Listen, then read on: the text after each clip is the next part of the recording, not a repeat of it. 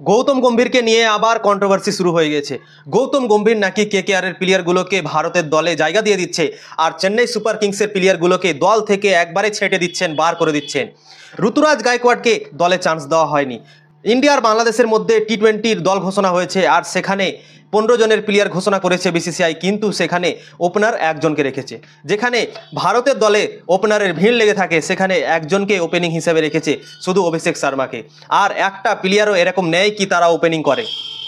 আর ঋতুরাজ গায়কোয়াড়কে drop করা হয়েছে, তাকে দলে রাখেনি।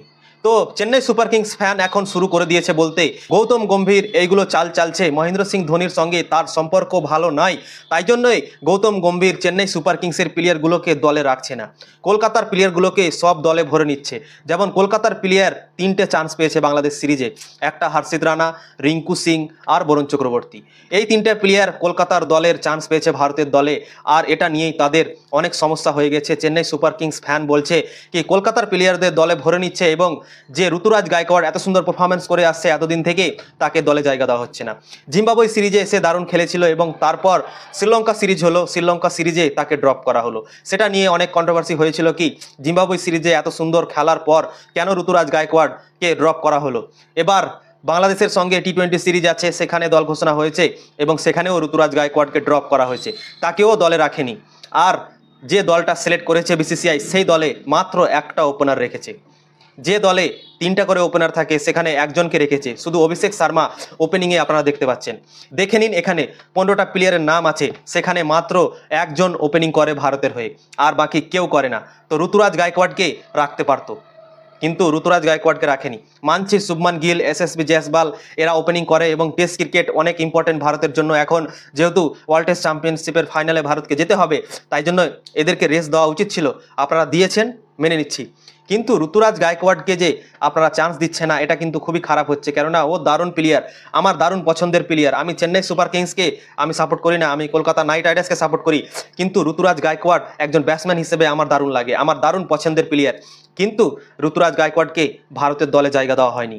আর চেন্নাই সুপার কিংস ফ্যান এখন গৌতম গম্ভীরকে নিয়ে আলোচনা শুরু করেছে কি গৌতম গম্ভীর এগুলো করছে মহেন্দ্র সিং ধোনির সঙ্গে তার খুব একটা ভালো সম্পর্ক নাই, তাই জন্যই চেন্নাই সুপার কিংসের প্লেয়ারগুলোকে দলে রাখছে না। এটাই এখন বলতে শুরু করেছে চেন্নাই সুপার কিংসের ফ্যান, আর তাই জন্যই ঋতুরাজ গায়কোয়াড়কে দলে নেওয়া হচ্ছে না। আর কেকেআরের যে প্লেয়ারগুলো আছে সবাই চান্স পেয়ে যাচ্ছে। বরুণ চক্রবর্তী অনেকদিন থেকে ভারতের দলে জায়গা পায়নি, বাংলাদেশ সিরিজের জন্য বরুণ চক্রবর্তীকে চান্স দিয়ে দিল, কিন্তু ঋতুরাজ গায়কোয়াড় যে এত সুন্দর পারফরমেন্স করে আসছে লাগাতার, কিন্তু তাকে চান্স দেওয়া হচ্ছে না। পরপর 2টো সিরিজে ঋতুরাজ গায়কোয়াড়কে ড্রপ করে দিয়েছে।